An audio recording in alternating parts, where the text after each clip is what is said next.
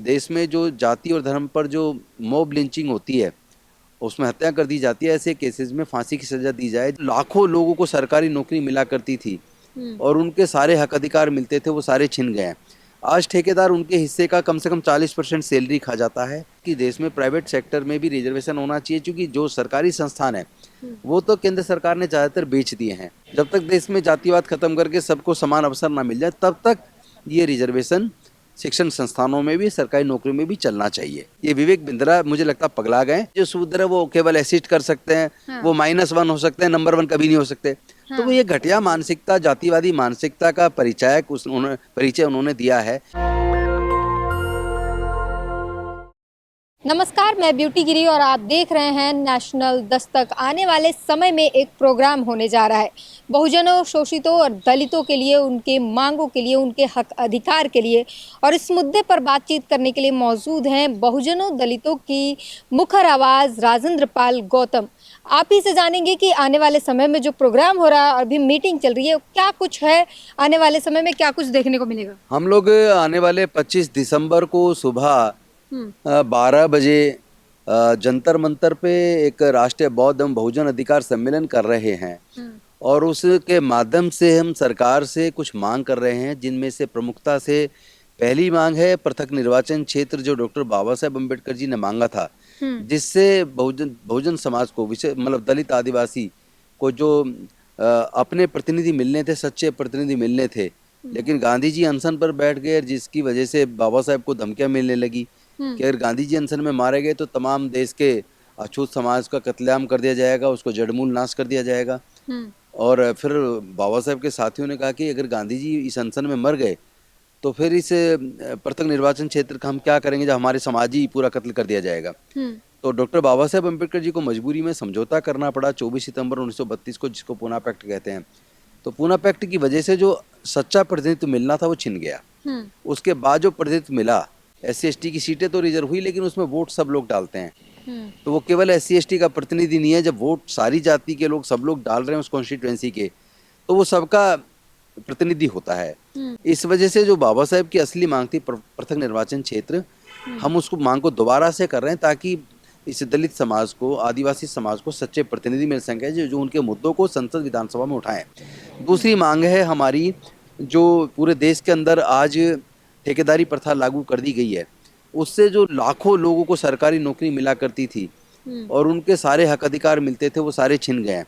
आज ठेकेदार उनके हिस्से का कम से कम 40% सैलरी खा जाता है, उनका PF और ESI खा जाता है। हम्म। और पूरे देश की सरकारों को इस सच के बारे में पता है, लेकिन उनके खिलाफ कोई कार्रवाई नहीं होती, क्योंकि अफसरों की और उनकी मिली भगत से उनका धंधा फल फूल रहा है। और इसमें विशेष रूप से जो 4th क्लास में काम करने वाले लोग हैं, जो MTS हैं, जो सफाई कर्मचारी का काम, सुरक्षा गार्ड का काम, या जो NO का काम करते हैं, पियून का काम करते हैं, माली का काम करते हैं, उन सब लोगों का पूरे देश में शोषण हो रहा है। इसलिए ठेकेदारी प्रथा को पूरी तरह से बैन करने का हम लोग मांग कर रहे हैं।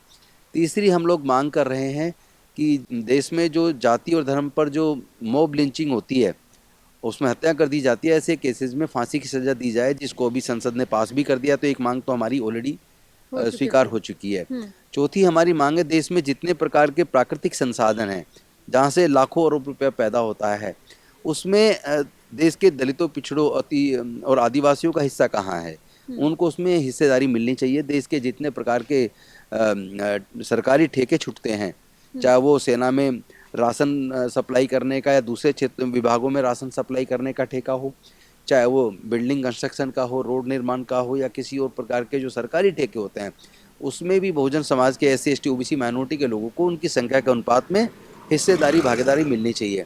और अगली हमारी मांग है कि देश में प्राइवेट सेक्टर में भी रिजर्वेशन होना चाहिए, क्योंकि जो सरकारी संस्थान है वो तो केंद्र सरकार ने ज़्यादातर बेच दिए हैं। तो रिजर्वेशन एक शब्द रह गया है, सरकारी नौकरियां बची नहीं है, और रिटायर्ड लोगों की फोर्स खड़ी हो गई है।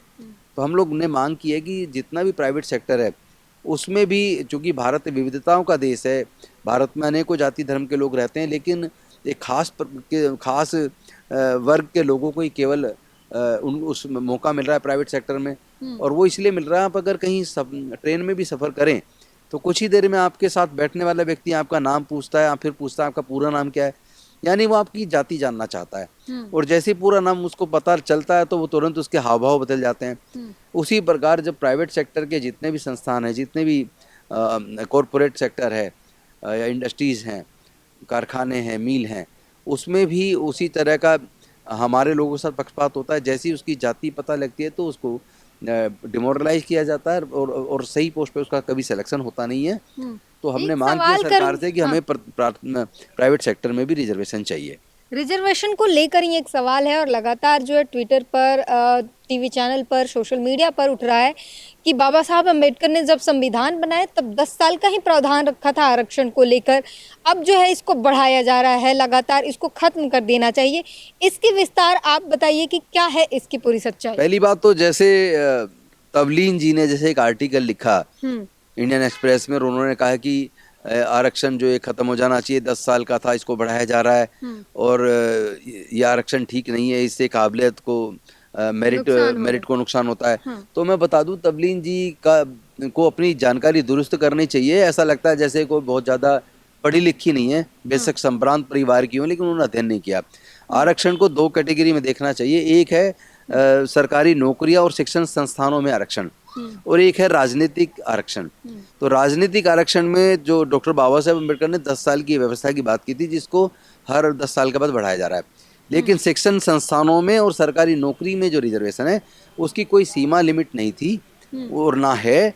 उसमें तो ये है कि जब तक इक्वलिटी ना आ जाए, जब तक सब लोग समान ना हो जाएं, जब तक देश में जातिवाद खत्म करके सबको समान अवसर ना मिल जाए, तब तक ये रिजर्वेशन शिक्षण संस्थानों में भी, सरकारी नौकरी में भी चलना चाहिए।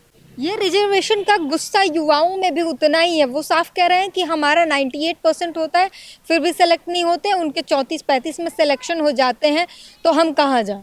उनसे ये कहो कि वो ऐसे आंकड़े दिखाएं कि उनका 98% में नहीं हुआ और 34-35% का हो गया।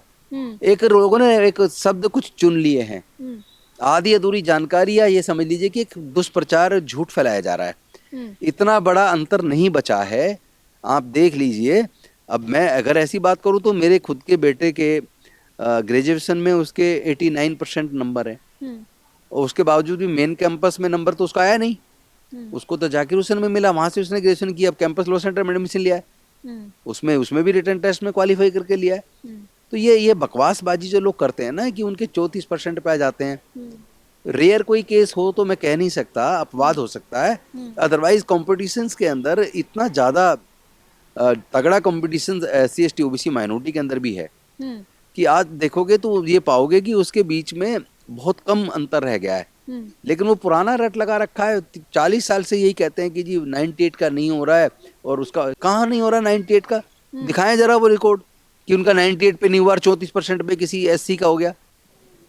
आप सिविल सर्विसेज के रिजल्ट देख लो कि रिटर्न में SC का कितने नंबर आ रहे हैं, OBC के कितने आ रहे हैं, ST के कितने आ रहे हैं, और जनरल के कितने आ रहे हैं, और इंटरव्यू में फिर दोनों के देख लो, जिसके रिटर्न में बहुत कम नंबर है जनरल कैटेगरी के, ऐसे कितने केस मिल जाएंगे उनको इंटरव्यू में 200 से ऊपर नंबर मिल रहे हैं। और SC या OBC में जो लोग टॉपर्स में हैं, टॉप 10 के अंदर हैं, उनको इंटरव्यू के अंदर नंबर मिल रहे हैं 160, 170, 180।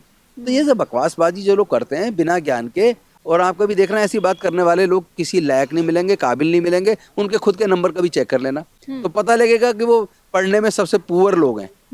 हाल में ही जो है विवेक बिंद्रा के इंटरव्यू जो है काफ़ी वायरल हो रहा है। उन्होंने आरक्षण पर ही बात की, कह रहे हैं कि आरक्षण जो है व्यवस्था को बिगाड़ देता है, वो डिवाइड किया गया है टैलेंट को देखकर, उसको वैसे रहने देना चाहिए। आरक्षण के दम पर ये सारी व्यवस्थाएं खराब हो जाती हैं।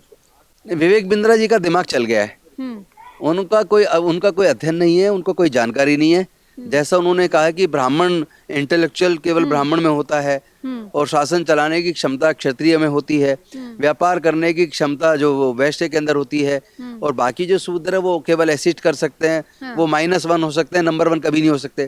तो वो ये घटिया मानसिकता, जातिवादी मानसिकता का परिचय उन्होंने दिया है। अदरवाइज वो कभी 31 दिसंबर 1818 में जो पेशवाओं के साथ में महार की सेना, जो अंग्रेज जो सेना थी, जिसमें महारों ने पेशवाओं के सामने जो युद्ध लड़ा, 28,000 की पेशवा सेना को केवल 500 महार सैनिकों ने धूल चटा दी। तो वो ये इतिहास बताता है हमारे लोग कितने योद्धा थे, और वो कह रहे हैं कि ये योद्धा तो केवल क्षत्रिय हो सकते हैं, तो उनको समाज उन ज्ञान नहीं है। इंटेलेक्चुअल डॉक्टर बाबा साहेब अम्बेडकर इतना बड़ा एग्जाम्पल, उनके सामने कोई मुकाबले पे कोई खड़ा कर ले। रही बात राज चलाने वाली, तो सम्राट अशोक को देख लीजिए, उनसे महान सम्राट अशोक क्यों कहते हैं? पूरी दुनिया में एक ही सम्राट महान अशोक में है, दूसरा तो महान नहीं हुए कोई। तो काबिलियत तो हमारे लोगों कूट कूट कर भरी है। और साथ में आप मायावती जी को देख लीजिए, आज भी पूरे देश के लोग उनके जो शासन की चर्चा करते हैं कि कितना बेहतरीन शासन उनका था। गुंडे बदमाश सब भाग गए थे, ऑफिसर सारे टाइम पे ऑफिस आते थे और सबके साथ न्याय होता था। आप जब बाबू जगजीवन राम जी का एग्जाम्पल दे दिए, जिस मंत्रालय में मंत्री रहे वहीं उन्होंने बेहतरीन काम किया। और वो रक्षा मंत्री थे जिस वक्त भारत पाकिस्तान युद्ध हुआ, तो वो युद्ध हम लोगों ने जीता। आप पासवान जी का टाइम देख लीजिए, जब वो मंत्री जिस विभाग में रहे, कितना अच्छा उन्होंने काम किया। और आज भी हमारे समाज के जो नेता जिनको मौका मिलता है वो बेहतरीन परफॉर्मेंस करते हैं, क्योंकि उन पे क्वेश्चन मार्क रहता है कि दलित इसलिए बन गया है, तो इसलिए वो औरों से ज़्यादा कई गुना ज़्यादा मेहनत करता है और अपनी योग्यता साबित करता है। हमारे ब्यूरोक्रेट्स हैं कई जगह, डिपार्टमेंट्स के पूरे हेड हैं और जो अच्छी परफॉर्मेंस दे रहे, तो ये योग्यता किसी जाति से बंधी नहीं है। ये विवेक बिंद्रा मुझे लगता पगला गए और इनका ज्ञान की बहुत अभाव है। इनको अध्ययन करना चाहिए। अभी एक और आखिरी सवाल पूछूंगी। अभी सरकारी सेक्टर में और कुछ जगहों पर रिजर्वेशन है जिसका इतना विरोध हो रहा है, प्राइवेट सेक्टर में मांग करें और तमाम चीज़ें मांग है, वहाँ पर रिजर्वेशन अगर प्राइवेट सेक्टर में होगा तो बहुत बड़े लेवल पर हो सकता है प्रदर्शन किया जाए, आपका विरोध किया जाए, तो उसको किस तरीके से आप टैकल करेंगे? उसके लिए तैयारी आपकी नहीं, पूरी विरोध वाले विरोध का काम पहले से करते आए। डॉक्टर बाबा साहब अम्बेडकर के टाइम पे भी विरोध करते थे, ज्योतिबा फूले जी के टाइम पे भी विरोध करते थे, और यहाँ तक कि शिवाजी महाराज जब उनका राज तिलक होना था तो ब्राह्मणों ने, तो महाराष्ट्र के ब्राह्मणों ने कह दिया था हम इनका राज तिलक नहीं करेंगे, ये शूद्र है। और फिर वो इतना बड़े 1 लाख के करीब पैसा देने पे बनारस से ब्राह्मण आए, मिस्टर भट्ट, और उन्होंने पैर के अंगूठे से उनका राज तिलक किया था। तो ये विरोध की जहाँ तक बात है वो पहले से होता आया है, आगे भी होगा और हम उसके लिए तैयार हैं। तथागत भगवान बुद्ध का भी विरोध करने वाले उस जमाने में थे। तो विरोध से डरना नहीं है, जायज मांग है और जायज मांग के लिए लड़ना होता है और वो हम लड़ेंगे। तो सुना आपने, पूरी तैयारी है और अब सरकारी सेक्टर के साथ साथ अब प्राइवेट सेक्टर में भी आरक्षण की मांग उठ रही है और इसी के साथ साथ तमाम मांगे हैं जिसको लेकर आने वाले 25 तारीख को बड़ा प्रोग्राम होने जा रहा है, बहुत बड़ा आंदोलन होने जा रहा है। आने वाला समय बताएगा ये कितना कारगर रहता है और क्या कुछ होता है। हम पल पल की अपडेट देते रहेंगे। पूरी बातचीत पर अपनी प्रतिक्रिया जरूर दीजिए। कैमरामैन तौहीद के साथ duty green, national Dastak. National Dastak की आपसे गुजारिश है कि अगर इसको बचाना चाहते हैं तो नेशनल दस्तक को सब्सक्राइब करने के लिए रेड कलर के सब्सक्राइब बटन को दबाएं, फिर बेल आइकन की घंटी दबाएं। नेशनल दस्तक को बचाने के लिए बहुत जरूरी है कि हर खबर को शेयर करें, लाइक करें, कमेंट जरूर करें।